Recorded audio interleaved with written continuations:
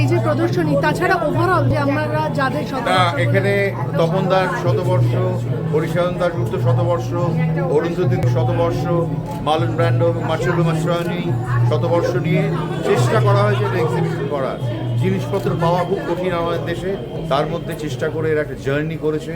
তাছাড়া 30 বছরের যে গিফট তারও একটা এক্সিবিশন করেছে, সেটাও খুব নস্টালজিক। আমার পক্ষে খুব নস্টালজিক, কারণ প্রথম থেকে আমি ছিলাম এবং অনেক মানুষ তারা আজকে জীবিত নেই একদম, একেবারে তাদের এইসব ছবি দেখে এই যে শুরু মন খারাপ হচ্ছে।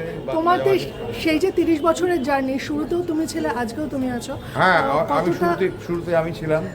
কতটা মানে সুতরাং আমার পক্ষে এই জার্নিটা একটু যদি একটু আমার অনেক কথা মনে পড়ছে যে কিভাবে অ্যাক্রিডিয়েশন আনা হয়েছিল ফিয়াপের, কিভাবে আমরা বিভিন্ন ফিল্ম মেকারকে বিদেশ থেকে নিয়ে এসেছিলাম এবং আমি যতবার বিভিন্ন ফেস্টিভ্যালে গেছি চেষ্টা করতাম আমাদের এখানে আসার জন্য, অনুরোধ করতাম আপনারা আসুন।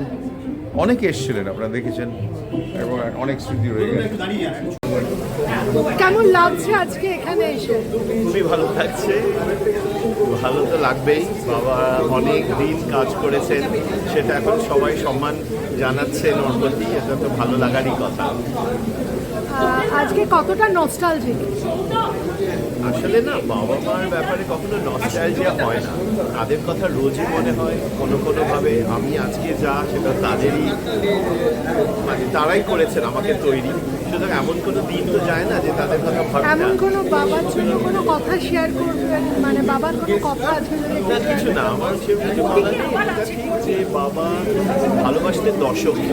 সুতরাং দর্শকেরা যে যদি ছবি দেখে থাকেন, আবার যদি তারা দেখেন, নতুন প্রজন্ম যদি তার ছবি দেখে, এটাই আমার মনে হয় বাবা সবচেয়ে বেশি খুশি হতেন, তাই এবং সেটাই হয়তো হচ্ছে।